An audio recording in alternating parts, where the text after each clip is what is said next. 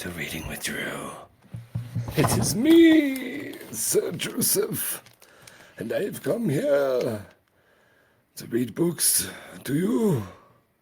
I hope you enjoy it, but I will be doing it for just a few more chapters. I'm not sure if I will be doing Reading with Drew, but we shall see. We shall see in the future if I will continue to be an ass and record myself reading books. But here we are. We're on chapter 22 of DogBreath Victorious by Chad Henry. And they're jamming out, see? And then, there's Howie Bowie, the doggy. Alright, and we're on the second to last chapter. This one's gonna be a good one. So let's do this. Come on now. Let's get it. Here we go. Seattle rain. Buckets and buckets of gray, slanting wet splashing down, puddling up and running along the sidewalks and gushing into the gutters. It was the Saturday night of the final contest, and I was pulling our gear out of Veronica. The rain made life very poetic and very pathetic and very wet. I and Ziggy had gotten Toddy and Flipper to agree to play it one last time together. They weren't happy about it. They weren't nice about it, but they agreed. They even agreed to Phoebe if it was one last time, and that was fine with me. If DogBreath won this contest, we could get ourselves a new couple of sidemen anywhere. Nice ones. The sound system at the Dirt Club was throbbing away at about 39 on your volume dial. I clunked down the amplifier I was trying to drag in through the loading bay. Ziggy appeared in the alley doorway. I hauled the cables and mic stands backstage and began plugging in plugs. Yo, hey. I looked up. Toddy and Flipper stood there, very surly, very defensive, but they had their gear with them and showed every sign of cooperating with us artistically. Fine, we would use them as long as they were useful to us. I hunkered down, splicing together 2 frayed cords with some duct tape. Suddenly Ziggy came running up and nearly knocked me over. Emergency, Tim! You gotta drive me over to the school, like, ASAP! Man, what is it? I said, there's no time. My dress, man, my lucky dress. I left my lucky dress in Natasha's locker at school. Come on, man, let's go. We gotta get there in 5 minutes. His dress, said Toddy. Fruit Loops, totally, said Flipper. What do you need that freaking dress for, dude? I asked. You look fine just the way you are. Thermal underwear becomes you, bro. Man, Natasha gave me that dress. I was wearing that dress when we started this band. It's like my talisman, my lucky charm. I can't play for Dog Do without my lucky dress. Drive me. Never know you to be so superstitious, Sig. If you truly needed that dress, then drive yourself, I said. If we're not set up by contest time, we're dead meat, bro. My wrist still hurts. If I drive, I can't drum. If I drum, I can't drive. Toddy glared at me. Would you, for crude sake, drive him? Otherwise, we'll never get on stage. Oh, man. Oh, man. Oh, goodness, I hollered. My life is getting better and better. Okay, come on, Zig. Let's go. We're gonna drive fast, okay? So fasten your figurative seatbelt, bro. I grabbed a skateboard. We hurled ourselves into Veronica and Zig and me and Howie Indy 500 over to the school. As we screamed into the visitors' parking lot, Ziggy noted a very curious thing. There were about a zillion cars parked there and 2 or 3 buses. Why were so many people here during the evening? Community art class, senior citizen Tai Chi, or yoga aerobics, PTA, children of the single parent sock hop and silent auction? Who knew? Look, Zig, I said, over there. Gene, the sadomaso psycho killer, 45-year-old bus driver. I pointed to where Jean stood lounging against her school bus, smoking a Virginia Slims menthol cigarette and picking her teeth with a jackknife. The bus idled gently behind her, diesel exhaust puffing up into the soggy air. We'd have to go in the back way, said Ziggy. There's too many people here. I just know something will go wrong if anyone sees us. Why? I asked. We're not going to do anything wrong. We're just going to get your damn dress and get out of that damn locker and scram. If something doesn't go wrong, said Zig. What could go wrong? I asked naively. Murphy's Law, he said, lighting a cigarette and coughing. If something can't go wrong, it will, and at the worst possible time. Don't be such a pessimist, I said. Come on, let's go. Give me my skateboard. I did so. We hurried around the back entrance to school. A big sign said, Welcome, Dixie Lee Ray High Elms. Reception and dance in the all-purpose room. We pulled open the door and started inside. Tickets? I and Ziggy rolled around to be confronted by Majori Mamet, the ticket taker for the dance. Well, hi there, Milo, and who's your little friend? Milo? Croaked Ziggy. Siegfried, I said. Oh, right, said Miss Mamet. You and I have an appointment. I think Siegfried. I'm really looking forward to that. But what in the world are you doing in the building after hours? She asked. Study hall, I said. We have a special extracurricular activity. Study hall tonight for the SAT exams. Gotta run. As we ran down the hall, we heard a scream and a familiar bark. Oh my God, how he's following us, said Ziggy. Hurry! Somebody get that dog out of here, we heard with a male voice calling from somewhere behind us. We raced around the corner to the staircase and went pounding up to the second floor. Our lockers were close to the administration office and the trophy case. And the men's faculty bathroom. Ziggy lopped down the hall to Natasha's locker. He twirled the dial. He yanked the handle. Nothing happened. Hurry up, Zig, I urged. I can't remember the combination, he said. He twirled the dial some more. 27, right, 5, left, 15, right, bingo! Ziggy yanked the door open. The locker, except for a bunch of old food, gym socks, and jockstrap and piles of wet comic books, was empty. Woof! Howie came prancing up to us, ecstatic at seeing us after such a protracted absence. Where's my lucky dress? Where's my lucky dress? Ziggy asked. I don't know, dude. It's not here. Can we please go now? I don't know where it is, Ziggy said. He looked at me, his eyes narrowing. It's in Thompson's office. I'm not going in there, he said. I am, Ziggy said. He ran down 2 doors to the boys' club counselor's office, Howie leaping along behind him, trailing saliva. Ziggy grabbed the door handle and pulled. Nothing happened. It's locked, Ziggy yelped. He peered through the frosted glass, trying futilely to see inside. Futilely. Of course, it's locked, you dolt, I said. A haunted, wild look took fire in Ziggy's eyes. My dress, stolen by the Burgess pigs. I must have it. Storm the Bastille. Power to the people right now. Ziggy lifted his skateboard high over his head and brought it crashing down through the door window. Glass splintered and flew through the air, smashed to the floor, and went skimming and skittering and tinkling along the polished linoleum hallway. Jesus gosh, Zig, are you crazy? Are you hopelessly insane, bro? No longer, he cried. He dashed into the office and emerged a few seconds later, his dress clutched triumphantly in his hand. Hello, dress, thank you. God, dress for my dress. Come on, you back to the club. Now, with dress in hand, DogBreath shall be victorious. We started back for the stairs. A tenor voice brought us to a standstill. And just what do you gentlemen think you're doing?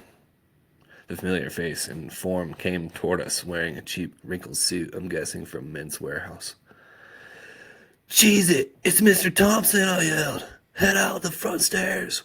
Woof, said Howie. Gentlemen, I'd advise you to stop right there. Breaking and entering, damaging private property, bringing unauthorized large animals onto the premises. Ziggy flung his skateboard onto the polished linoleum. With a single mind, we jumped on the board and started swooping down the hall at top speed, Howie galloping along beside. Stairs, man! We came around the corner to board it and went sliding down the banister, executing the double front nollie rail backslide down to the first landing. Gentlemen, come back! I'm warning you! Thompson's voice came echoing down the stairs as we came to the bottom landing. We heard the sounds of music wafting from the cafetorium.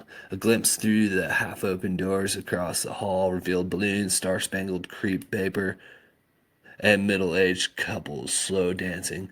A recording of the Carpenters drifted out into the hallway. Sha la la la la, oh, etc., etc. Stop those kids and that dog! Thompson was at the top of the stairs. Coming down the hall toward us was Majori, my man. Is something wrong? What's going on? She asked. We're just doing our role-playing game with Mr. Thompson. It's called Thinking on Your Feet. It's part of the SAT test. Now, I may look stupid, said Miss Mamet, but I've got news for you. I'm not. I have a PhD in social work, and I know a problem when I see one. A boy address sexual identity crisis, right? What? Ziggy said.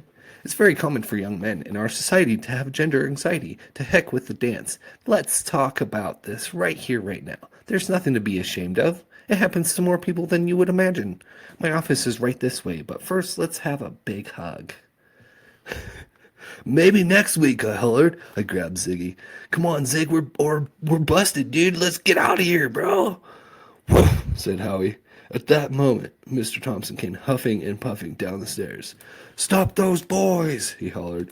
Mr. Fredericks, the history teacher and football coach, came out of the cafetorium.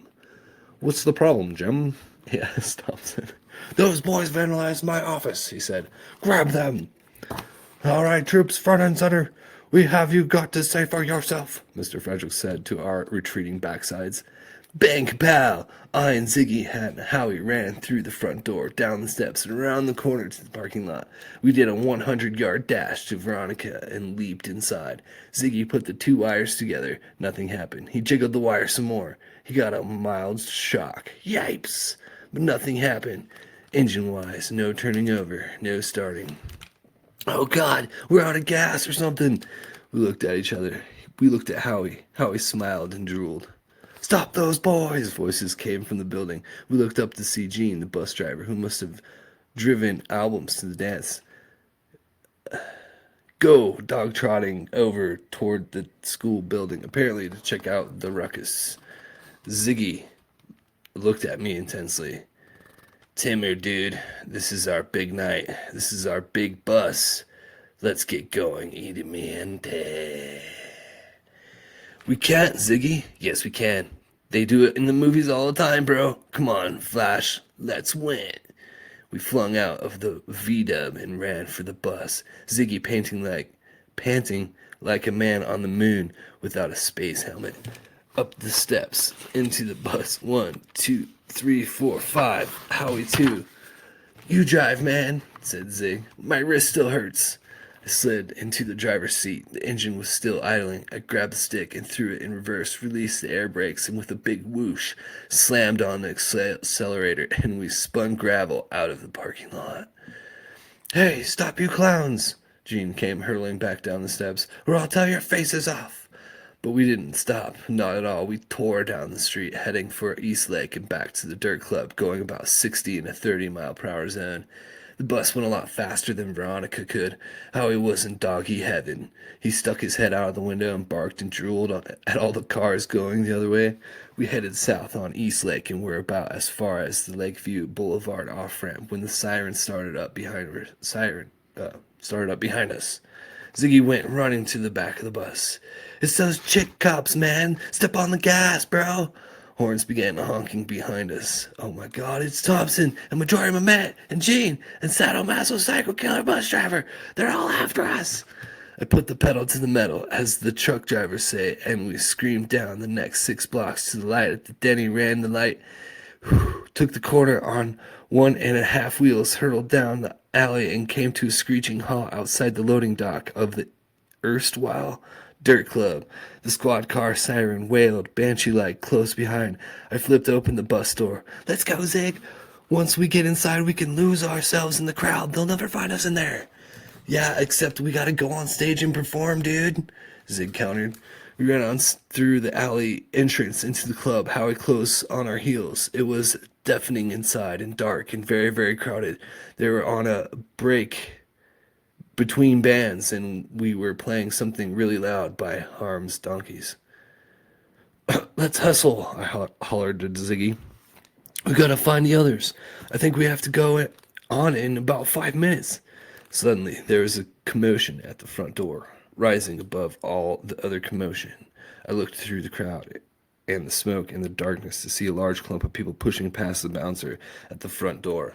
Mr. Thompson, Majority Met, Gene the bus driver, and officers Ratchet and Waters. Their eyes scanned the crowd. We're busted, Ziggy hollered. Big time. Just then, with a crackle and a hiss, we heard Lude's voice come over the microphone. All right, you guys, that was Harm's Donkey's new EP, What Girl? Awesome, and I don't mean maybe. The next band on the lineup was supposed to be DogBreath, but two of their members can't be found anywhere, so we'll skip down the list to the next group on the contest lineup. The odds-on favorite to win tonight, the Angry Housewives. So let's hear it for the Housewives. Wait a minute, stop, we're here, cried Ziggy. He started pushing through the dense crowd toward the backstage. I shoved along behind him, and so did Howie. Somewhere in this crowd were a couple of cops, two bureaucratic teachers, and a sadomaso psycho killer 45-year-old bus driver searching for us. It lent a sense of urgency to our movements. We broke through to the backstage area and found the tiny dressing cubicle next to the women's bathroom. Weasel ghosted over, staring balefully over our heads. Where have you guys been? Are so on the sugar beat list, or words to that effect. Toddy and Flipper stood there glaring at us as usual. Phoebe stood off to one side behind them, staring off into space. Man, I'm gonna have to talk fast, Weasel continued, but I think I can get Fingers to reschedule you guys after the Housewives things. You guys, you don't want to blow this. It's money, man. It's the big time. Ziggy pushed his way forward. Oh, man, I know it's a drag. I had to go and get my lucky dress, and there was a lot of sort of legal hassles. Lude's voice came over the house speaker system. Come on, can we go, the Angry Housewives? Hi, Tim, honey, said my mom. I looked, and there was my mom, all dressed up, holding her guitar and a lost look on her face. Standing next to her were Jetta and Miss Lewis, looking like something had died. Mom, they're calling you guys. Get up there on stage. Let's not have two failures in the family. We can't go on, said my mom. Wendy's not here. We can't find her anywhere. Let's face the facts, Bev, said Miss Lewis. She flaked out on us again. She's always had a fear of success. Oh well, I guess it takes a crisis to figure out who your friends are. Let's go home, ladies. You're right, said my mom. She pulled off her blonde wig and threw it on the floor. And I said I was going to lighten up. What a joke. I don't want to go, protested Jetta. I want to sing. I like this band. In fact, I love this band. I don't want to go back to my old life. I became aware of a growing rumble from the crowd out front. Lewd Fingers came bursting off stage, his eyes wild. What the hell is the holdup back here? The crowd is going insane. Are you guys going on or what, Carol? We're not going on. Oh, we're not going on, Lude. Sorry. Get real, Jetta. It's not happening. There's no Wendy. There's no band. Oh, yes, there is, I said. Give me your drumsticks, Ziggy. I snatched the drumsticks out of his hip pocket and headed for the women's bathroom. There were four girls inside, including, of course, Susie Blethens and her dear ex-best friend, Karen Olsen. Tim, what are you guys doing in the girls' bathroom? Get out of here! Ziggy came lurching in after me. What are you doing with my drumsticks, dude? He demanded. I'm drumming for the Housewives. Give me your dress. What? I said, give me your dress. I need it. They've been all over the media as an all-chick band. It's part of their gimmick. I need to look like a chick. No, you can't have my dress. It's my lucky dress, bruh. And wait, if you go on with the Housewives, you can't go on with DogBreath. Why not? I said. Because you'd be competing against yourself, dude. Nor brain conflict of interestismo. We'll take it a step at a time, I said. Now give me that dress. I snatched at the garment in dispute. Ziggy yanked it away. I socked him in the nose, and he crumpled to the ground, moaning. Susie screamed. I grabbed the dress, shucked off my clothes, and slipped it on. Sorry, Ziggy, pal. Zip me, I growled at Susie. I can't believe it. They're fighting over a dress, drawled Karen Olson, looking in the mirror and fixing her lipstick. Shut up, sheepdog head, I snarled, and give me your damn lipstick. I snatched a tube of Scarlet Pimpernel out of her hand and slathered it on my manly lips. Somebody else had left a bottle of liquid eyeliner on the shelf by the mirror. I slopped some around my eyes. Huh, I thought to myself. Interesting look, kind of hostile. I headed back outside. Ziggy crawled to his feet and stumbled along behind me. The housewives stood there in a forlorn group, still life with Lude. Tim, you look so pretty, said my mom. Let's go, ladies, I said. Go where? Asked Jetta. On stage, they're calling for the angry housewives. Lou looked at me like a lizard, blinking his seemingly lidless eyes. Nice gesture, kid, but I can't let you play in two bands. Nice gesture, kid, but I can't let you play in two bands. You'd be competing against yourself, dummy. No, can do. I don't care, I said. Forget DogBreath. It's history anyway. I'm going on with the housewives. There's no rule that says you have to be a girl to be in this band, bro. You can't do this to us, Timmer, pleaded Ziggy. You are DogBreath. You don't play, we don't win. There's too much pressure to change things in the group. I like it the way it was. I'm not interested anymore. My mother looked at me, very focused, very intense. This is a big chance for you, honey. I guess I never really believed it, but you have a chance to take your music and make something happen for yourself and your friends. I don't want you to do something you'll regret later. Jetta and Miss Lewis stared at me. Yeah, dude, for dog's sake, Thurl, what the hell are you throwing us over for a chick band? Said Flipper. Sorry, you guys, you wanted out anyway. Well, somebody do something, hollered Lude. Somebody do something, hollered Lude. I've got a hostile crowd out here. They're gonna start throwing stuff pretty soon if we don't get a band up on the stage. I leaned down and picked up my mom's blonde wig and pulled it on. Suddenly, a familiar voice cried, "There's one of them now, and the dog!" Mr. Thompson and Officer Waters and Ratchet came running around the backstage. They looked right past me, never recognized me at all. Ziggy took one look and fled around into the crowd. The police and their counselor gave chase. Suddenly, two other very tall women pushed their way through the crowd. They both carried drumsticks. The brunette was dressed for success in a pinstripe dress suit. The blonde had something Hawaiian. Lude looked at them. Who are you guys? I'm going for Wendy, said the blonde. I'm going for Wendy, said the brunette, shoving the blonde away and heading for the stage. I don't know who you guys are, I said, but I'm going on for Wendy, and that's the way it is. Tim, said the brunette in a deep voice. That's Tim, said the blonde. Somehow I pictured him as a guy. Get out of my way, I said. I gotta go on. I'm going on, said the brunette. I'm Wendy's boyfriend, Wally. Well, I'm Jetta Prince's husband, Larry, and she's lead singer, so I'm going on, said the blonde, taking a swing at the brunette. The brunette ducked. Just as that moment, Gene, the bus driver, came running by, and Larry Prince's fist connected with Gene's jaw. Gene went down like a sack of instant potatoes. Ow, said Larry, shaking his fist. Ow! Larry, said Jetta. Larry, honey, you bought a dress and everything? I thought you hated this band.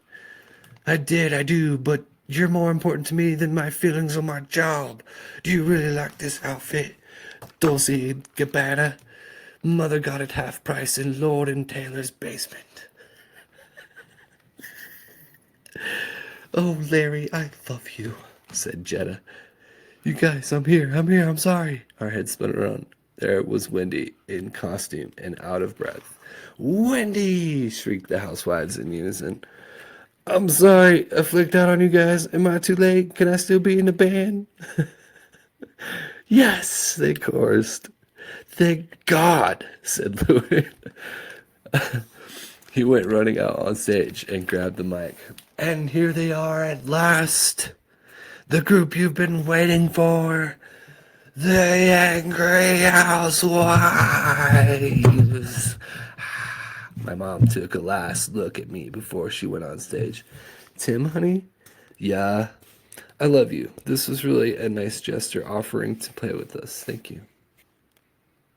I love you too, Mom. You're awesome. Give 'em hell. My mom and her three friends ran on stage, and the crowd went wild. A half hour later, after the commotion had died down, there was only one band left on the lineup, DogBreath.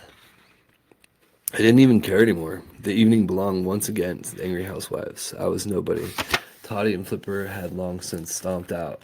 Ziggy was nowhere to be seen. For all I knew, officers Ratchet and Waters had taken him to jail for vandalism, and they'd probably be for me as an accessory for aiding and abetting or something like that.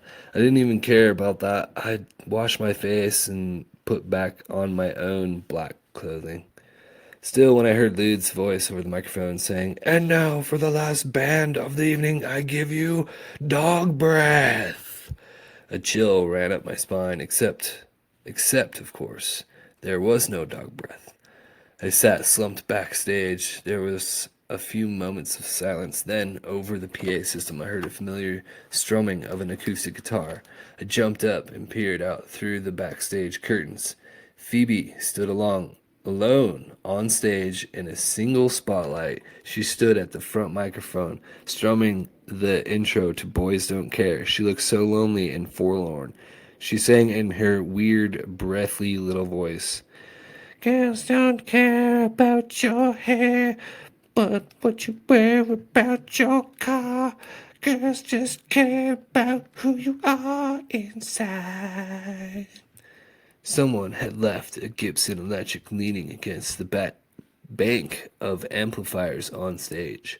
I walked on and plugged it into the amp. I stood back in the shadows and began to play along. Phoebe glanced back at me and kept going. I stepped in closer to a microphone that had been set up for a backup vocalist. Suddenly, a drum fill snapped my attention. I looked over to the drum kit upstage. There was Ziggy, looking kind of even more roughed up than usual, even with his lucky dress on. He gave me a pleading look. I nodded, and he started leaning into the rhythm section. Phoebe went on. I started singing backup with her. Girls just want to take you higher than the moon above you. Boys just want to break your heart. They don't want to love you. I, lost in the song, suddenly pulled up short when a blistering guitar solo that wasn't me split the air.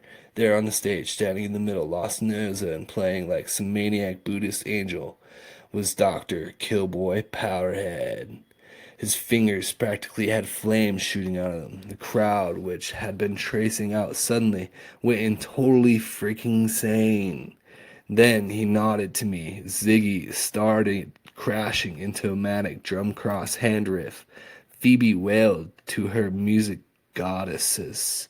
I ran over next to Dr. Powerhead, and we did power guitar metal duet number 67, the Heart Chakra Conflagration Face Off.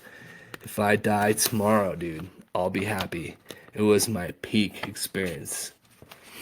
Out there in the crowd, I saw familiar faces, my mother and her friends, surrounded by many new friends, Gene the bus driver, conscious once more, Officer Waters and Ratchet, Mr. Thompson and Mr. Friedrichs, Susie Blethens and her ex-friend Karen.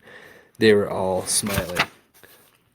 When the song was finished, the crowd at the Dirt Club was silent for a full minute before they erupted into a huge pandemonium love fest aimed right at Phoebe. My personal heart was also experiencing a majorly unexpected love fest, also aimed right at Phoebe's. I crossed the stage. Phoebe stood alone in the spotlight, holding on to her guitar, stunned by the power of what was happening to her. The audience response. I felt all these warm feelings in my heart for Phoebe. I wanted to take her in my arms, kiss her, hold her to my throbbing, overwhelmed self. There are times, they say, when time stands still. This was one of those times. I crossed the stage slowly like in a dream or a TV football instant replay, the roaring of the crowd like the roar of far-off ocean surf in my love-struck ears. I heard myself saying out loud, "I love you, Phoebe. I love you." Right before I got to her, Jason Haley came slithering on stage, went up to Phoebe, took her by the arm, and steered her off stage. And that is how Dog Breath won the second contest. Woo! Bam, bam, bam, bam, bam, bam, bam, bam, bam. All right. Yeah, everybody. Woo! That was a good climax to the book. What do you think? I loved it. It was great. I was almost about to cry. It's just a beautiful moment. That's some good writing right there. This is a good book, man. I love it. So one more chapter left, y'all. I should probably just read it, just because it's probably just a wrap up. Because it's pretty short. So you know what? Let's do it. Let's wrap it up. Chapter 23. Might as well, right? So, Dog Breath won the contest. Only it wasn't starring me the way the plan was supposed to go. It was starring Phoebe and Dr. Powerhead. I believe that's what Miss Cedarberg, my English lit teacher, would call irony. Because not only has my band been taken over by other people, one of the people who took it over is the girl who goes off with a sophisticated and slimy record producer the minute I discover I'm in love with her myself. To ease the pain, I tried to write a song about Phoebe, except there isn't much that rhymes with Phoebe, except totally stupid stuff like heebie-jeebies and jujubes and CBs and PVs. She's been leaving me phone messages at my mom's house, but I don't want her pity. Winners can't understand the pain of losers. They may think they can, but they can't. I and Ziggy only had to stay in jail for about a day and a half on a variety of suspicious charges, ranging from breaking and entering to unlawfully driving a school bus. We have been ordered to perform community service, playing every Wednesday for 6 months at a Seattle Center senior citizen dance. Miringu cha-cha-cha. Ziggy doesn't care. He's just totally thrilled that Dog Breath won the contest. He'd probably play drums for Up with people if he thought it would make him famous. I just haven't told him yet that we're probably not in the band anymore. He's my best friend, kind of. I don't want to hurt him. Mom's house is total chaos. What about the media and record executives and photographers and the phone ringing off the hook? Looks like Angry Housewives is going to be a monster. I got mobbed my first day back in school, and of course Susie's trying to be nice to me since I was on TV. I'm so over her. I made barfing motions toward her last time she tried to talk to me. Where I will go from here, I don't know. I'm feeling totally lost, so I write an extremely emotional 12-page letter to the universe. I express all of my anger and angst and resentment and regret and emptiness and outrage and loss to the lady in the fur bikini. I decided to take my letter down to the Raquel Welch Memorial Bridge mailbox, burn it, and scatter the ashes on the lake below, releasing my anguish to the silent waters in their slow, unending voyage to the eternal sea. I walk down the hill to the bridge. It's a late winter day, blowy, gray, birds tumbling through the sky, paper skittering down the sidewalk, the violins of sadness playing in my heart. My coat collar's turned up, my hands in my pocket, wind in my face. An orange cat follows me for half a block, then disappears into the blackberry bushes. The wet, weedy smell of the lake comes curling through the wind. I look out across Lake Union. People flying kites over the gasworks park, sailboats and barges plowing majestically through the cut under the bridge. Life going on, violence of sadness. As I near the mailbox, I sense my life coming to the river of no return. From this day on, nothing will ever be the same, and I will be merely a sadly comic footnote in a mere tragedy of this artistically bougie age. I actually said it right for once. I heave, I heave a sigh and open the mailbox door. There's an envelope inside, a letter to the bridge, probably. I pull it out. It smells of roses. It's addressed to Tim. That must be me. I've mailed so many letters to the universe at this mailbox, and the universe is finally getting around to answering me. I open it, mystified. A greeting card inside. I read the following. Dear Tim, thank you for letting me be in your band. It has been fun and educational, but I think it has not been very much fun for you. Ziggy was the one who made me be in the band and the other members, and you didn't like me very much, and it is my fault that your original band broke up. Jason Haley from Chainsaw Records wants me to quit DogBreath and go with him to make a new band called DogBreath, with just me and Dr. Powerhead and some different new people. But I told him it wasn't fair because you and Ziggy started DogBreath, and besides, you wrote most of the songs and are the actual lead singer, and it was only because of you that I started to sing or write any songs.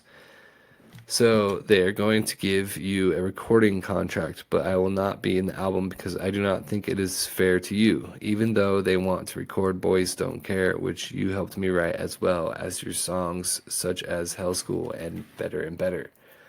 I'm going to try to go away from your life now for both our sakes, but I didn't want to go without saying it to you first so you would know, which otherwise it wouldn't be fair. Sincerely yours, your friend, Phoebe Fortier. At that moment, I had a very important realization about myself, which was I'm a complete and total jerk and should be killed. I saw a figure coming slowly toward me from the end of the bridge, a small blonde person in a long blue coat that flapped in the breeze carrying a guitar case. Phoebe. I looked down, not trusting myself. She stopped a few yards away from me. Hi, Tib. I didn't say anything. I just wondered if you would maybe, I just wondered if would you maybe listen to this one song I'm trying to write? She whispered, before I go out of your life. I accidentally looked into Phoebe's eyes. They were so blue. They were dark, deep blue oceans. The lake breeze blew her baby duck feather hair across her face. In a little rush, the song I'd been trying to write fell into place. Oh, Phoebe, I decided springtime without you would totally all total agony be. There was a long silence, a deep, long blast from a far-off tugboat reverberated through the bright air. That was a haiku, she said. 17 syllables, I said. 575, right? You wrote me a haiku? Yeah, I did. Thank you, Tibby. She looked out over the lake. I waited a few minutes. I couldn't tell what she was thinking. So, what's the name of your song, Phoebe? I asked. Evil spirits and their secretaries. I looked at her, so kind of vulnerable and serious and clueless. Well, come on then. Let's go over to Ziggy's place and you can play it for me. Okay, she said. But if we're going to record an album, we're going to need a bunch more songs. We better get started. Huh? Phoebe looked at me carefully through her blue plastic glasses. I guess we better. I just have to stop on the way over to Zig's and pick up some Tang and peanut butter. He's all out. Okay, she said. A flock of sparrows suddenly exploded out of a bare maple tree on the lake shore and flew north, trilling madly on the spring wind. I closed the door on Raquel Welch Memorial Bridge mailbox. I held out my hand. Phoebe took it, and we started up the hill beneath the racing April clouds. My life is getting better and better.